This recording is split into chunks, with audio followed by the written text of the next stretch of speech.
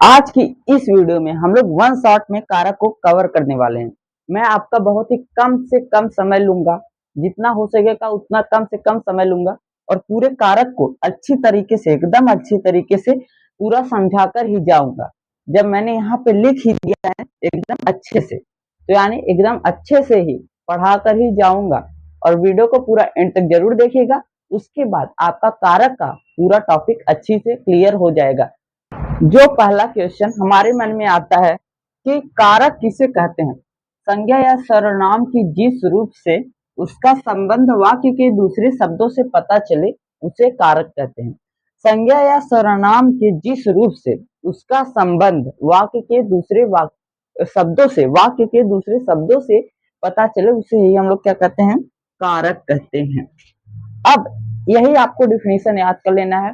कहीं भी एग्जाम में पूछे आपको यही लिख के आना है और अगर आप इसे लिख कर आते हैं तो आपको पूरा का पूरा जितने नंबर का रहेगा फुल मार्क्स मिलेगा आपको। यही आपको लर्न कर लेना है। अब कारक के कितने भेद होते हैं? कारक के 8 भेद होते हैं, जिनको अभी हम लोग पढ़ने वाले हैं उनके विभक्ति चिन्ह के साथ। कारक के 8 भेद यहाँ पे मैंने आपके सामने लिखा है। पहला है कर्ता, दूसरा है कर्म, तीसरा है करण कारक, चौथा है संप्रदान कारक, पांचवा है अपादान कारक, छठा है संबंध कारक, सातवां है अधिकारण कारक और आठवां जो है वो है संबोधन कारक। तो अब इनका विभक्ति चिन्ह भी हम लोग देख लेते हैं। कर्ता कारक का विभक्ति चिन्ह जो होता है ने, कर्म कारक का विभक्ति चिन्ह होता है को, करण कारक का जो विभक्ति चिन्ह होता है से या फिर के द्वारा, संप्रदान कारक का विभक्ति चिन्ह होता है को या फिर के लिए, अपदान कारक का होता है से। यहाँ पे से 2 बार आया है। यहाँ पे से का मतलब जैसे कि उसके माध्यम से, और यहाँ पे से अलगाव के लिए, जैसे कि आम पेड़ से गिरा यानी पेड़ से आम का अलगाव हो रहा है, तो यहाँ पे अपदान में से का मीन्स है कि अलगाव के लिए। संबंध का जो विभक्ति चिन्ह है का, की, के या फिर रा, री, रे। अधिकरण कारक का जो विभक्ति चिन्ह है में, पर। और जो संबोधन कारक का विभक्ति चिन्ह है वो है हे और अरे।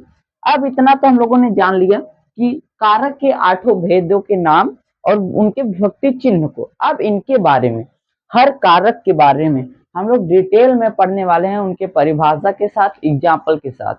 पहले हम लोग अपने पहले 2 कारकों को डिस्कस करने वाले हैं, जो कि पहला है कर्ता कारक और दूसरा है कर्म कारक।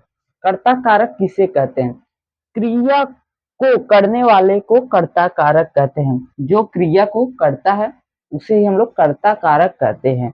जैसे कि राम ने पत्र लिखा, राम ने, यहाँ पे ने विभक्ति चिन्ह यूज हुआ है। जैसा कि हम लोगों ने पढ़ा था, कर्ता कारक का विभक्ति चिन्ह ने होता है, तो क्रिया को करने वाले को कर्ता कहते हैं। और जैसे राम ने पत्र लिखा, क्रिया को करने वाले को कर्ता कारक कहते हैं, कर्ता कहते हैं। जैसे राम ने पत्र लिखा। दूसरा है कर्म कारक, दूसरा है कर्म कारक। कर्म कारक क्या होता है? जिस वस्तु पर क्रिया का फल पड़े, जिस वस्तु पर क्रिया का फल पड़े या पड़ता है, संज्ञा के उस रूप को कर्म कारक कहते हैं। संज्ञा के उस रूप को क्या कहते हैं? कर्म कारक कहते हैं। उदाहरण में, राम ने रावण को मारा, राम ने रावण को मारा, जैसा कि हम लोगों ने पहले पढ़ा है। कर्म कारक का जो विभक्ति चिन्ह होता है वो होता है, तो यहाँ पे यूज हुआ है। उदाहरण से ही आपको पहचानना है कि कौन सा कारक है।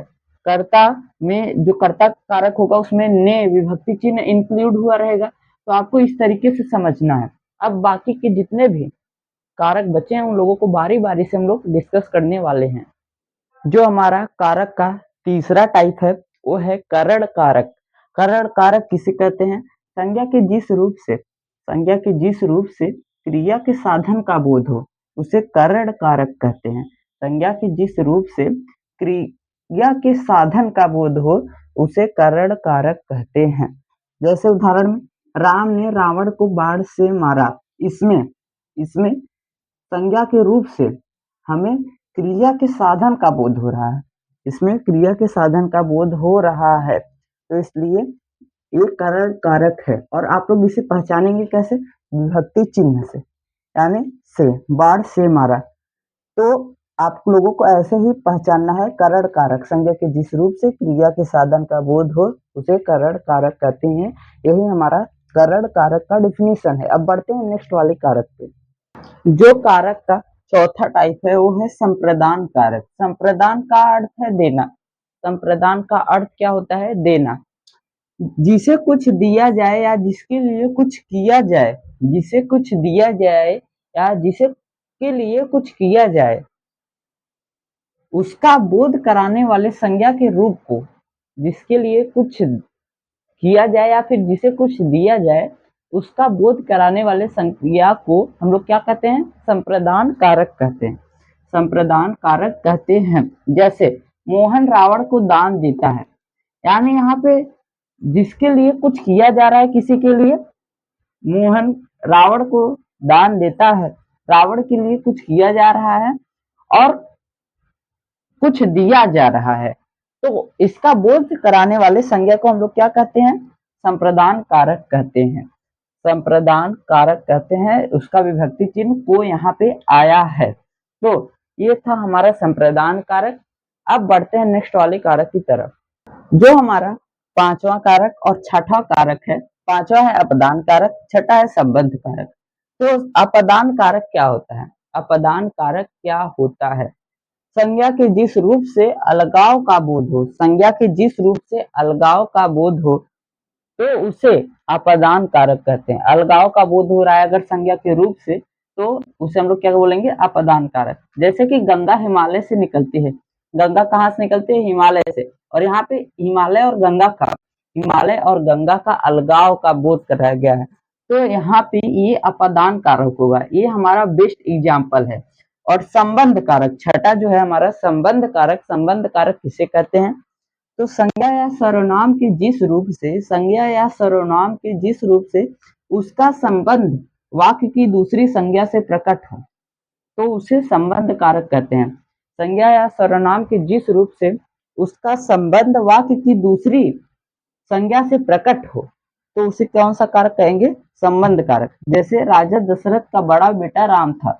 यहाँ पे पहले संज्ञा का, पहले वाक्य के पहले संज्ञा का संबंध दूसरे संज्ञा से हो रहा है, प्रकट हो रहा है, तो उसे कौन सा कारक बोलेंगे? संबंध कारक। ये हमारा संबंध कारक का बेस्ट एग्जाम्पल है।